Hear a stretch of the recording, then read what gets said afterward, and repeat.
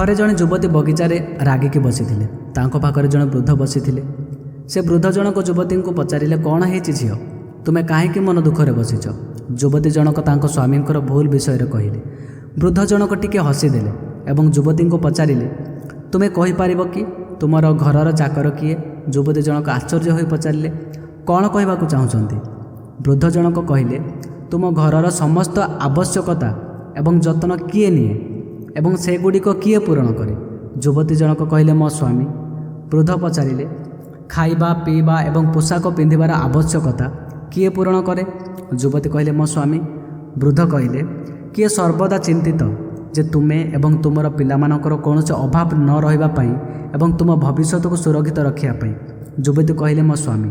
ବୃଦ୍ଧ ପୁଣି ପଚାରିଲେ, ସକାଳରୁ ସନ୍ଧ୍ୟା ପର୍ଯ୍ୟନ୍ତ ତମ ପାଇଁ କିଏ ସର୍ବଦା ବାହାର ଲୋକ ଏବଂ ତାଙ୍କ ଅଧିକାରୀଙ୍କୁ ମିଛ କହି ଗାଳି ଶୁଣେ? ଯୁବତୀ କହିଲେ, ମୋ ସ୍ୱାମୀ।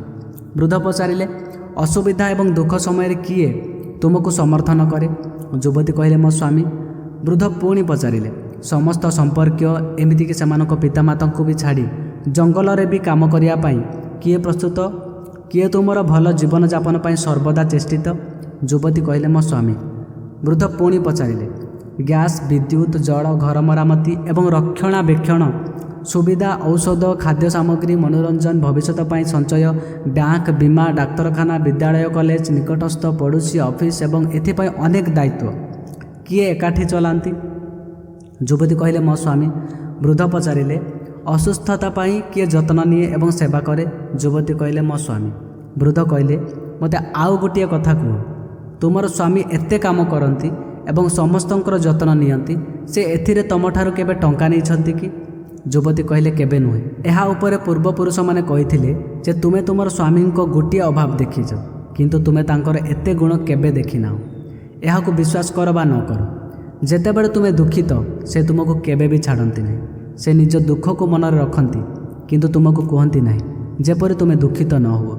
ସବୁବେଳେ ପ୍ରତିଦିନ ସେ ତୁମକୁ କିଛି ଭଲ ଜିନିଷ ଶିଖାଇବାକୁ ଚେଷ୍ଟା କରନ୍ତି, ଯାହା ସେ ଘରେ ଶାନ୍ତିରେ କିଛି ସମୟ ବିତାଇ ପାରିବେ ଏବଂ ଦିନର ଅସୁବିଧାକୁ ଭୁଲି ପାରିବେ। ସେ ପ୍ରତ୍ୟେକ ଛୋଟ ଜିନିଷ ଉପରେ ତୁମ ସହ ଝଗଡ଼ା କରିପାରନ୍ତି। ସେ ତୁମକୁ ଦୁଇଟି କଥା ମଧ୍ୟ କହିବେ କିନ୍ତୁ ତୁମ ପାଇଁ ଅନ୍ୟ କାହାକୁ କିଛି କହିବାକୁ ଦେବେ ନାହିଁ। ତୁମକୁ ଆର୍ଥିକ ଶକ୍ତି ଦେବେ ଏବଂ ତୁମ ଭବିଷ୍ୟତକୁ ମଧ୍ୟ ସୁରକ୍ଷିତ କରିବେ। ଯଦିଓ କିଛି ଭଲ ଘଟେ ନାହିଁ, ସେ ତୁମକୁ ଏହା କହିବେ ଯେ ବ୍ୟସ୍ତ ହୁଅନି, ସବୁକିଛି ଠିକ୍ ହୋଇଯିବ।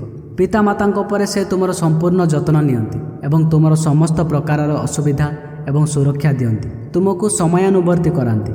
ତୁମକୁ ବ୍ୟସ୍ତ ହେବାକୁ ପଡ଼େ ନାହିଁ, କାରଣ ଦିନସାରା ସମସ୍ୟାରେ ଘେରି ରହିଥିଲେ ମଧ୍ୟ ତୁମର ସମସ୍ୟାକୁ ପ୍ରଥମ ସମସ୍ୟା ଭାବି ପ୍ରଥମେ ସମାଧାନ କରନ୍ତି। ଯେହେତୁ ସ୍ୱାମୀ ଭଗବାନଙ୍କ ଦ୍ୱାରା ପ୍ରେରିତ ଏବଂ ଦିଆଯାଇଥିବା ଏକ ବିଶେଷ ଉପହାର, ତେଣୁ ତାଙ୍କର ଉପଯୋଗିତା ଏବଂ ଯତ୍ନ ନିଅନ୍ତୁ।